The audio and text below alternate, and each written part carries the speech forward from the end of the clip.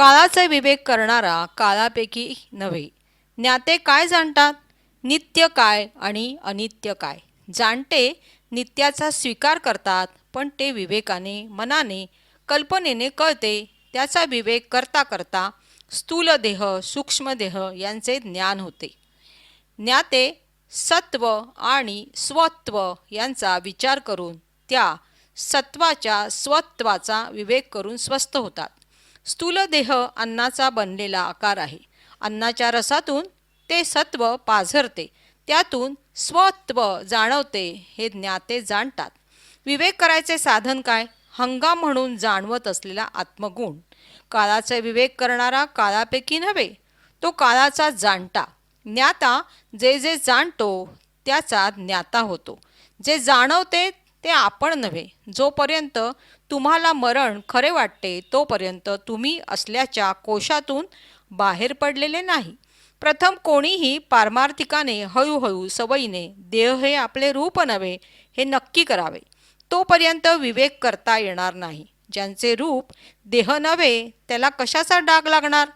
जो देहबुद्धीचा डाग काढत नाही तो सुखात सुद्धा दुःख भोगतो, पण हा डाग ज्याने काढला तो दुःखातही सुख भोगतो. पुरुषाला कोणी म्हटले 2 दिवसांनी तू बाळंत होणार आहेस, त्याचा त्याच्यावर काहीच परिणाम होत नाही. तसेच जो स्वतःला देहरहित समजतो त्याला मरणाचे काहीच वाटत नाही. पूर्ण ब्रह्माचे होणे जाणे नाही, त्याला माप नाही. गुणब्रह्माला होणे जाणे आहे. गुणब्रह्म कशाचे झाले आहे, ते काय आहे याचा विवेक ज्ञाते करतात. देहात तो निमित्त मात्र आहे, बाकी आत बाहेर सर्वत्र आहे. जसे लहान भांडे असो मोठे भांडे असो, आकाश तेच. कालधर्माप्रमाणे प्राणाने काया सोडण्यापूर्वीच हा विवेक करा. काया व प्राणाचा जिथे योग आहे तिथेच तुम्हाला येणे जाणे भासते आहे. कळते त्याप्रमाणे मी नसून कळते त्याचा जाणता मी आहे, हे जाणता जाणत असतो. जाणीव आणि जाणीवेने जे काय जाणवले त्याप्रमाणे आपण नव्हे, याचा विवेकच केला पाहिजे. मन म्हणते त्याप्रमाणे मी आहे असे जो म्हणतो त्यालाच पापी म्हटले आहे. तो बद्ध आहे. ब्रह्म अजातीय, जातच नाही त्याला. धर्म कर्म काया काहीच नाही त्याला. सूर्य जसा मावळतो तसा हा गुण सहवास आपोआप जाणार आहे.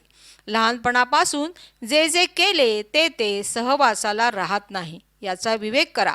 तुम्ही आहात या ज्ञानाचा पाठपुरावा घ्या. त्याला भक्तीने प्रेमाने भजून ईश्वरत्व घ्या. तुमचा शेवटी आत्मनिश्चय झाला पाहिजे, याकरिताच हा परमार्थ आहे.